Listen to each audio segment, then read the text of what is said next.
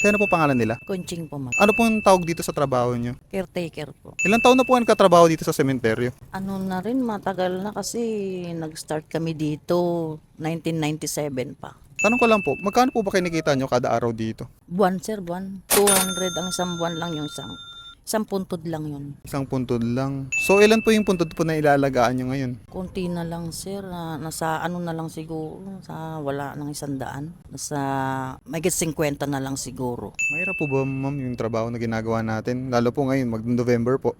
Mahirap talaga sir, kasi kumbaga nasa initan ka, pag uulan, mauulanan ka, tapos maghahabol ka pa ng oras kasi may oras din kami dito sir eh.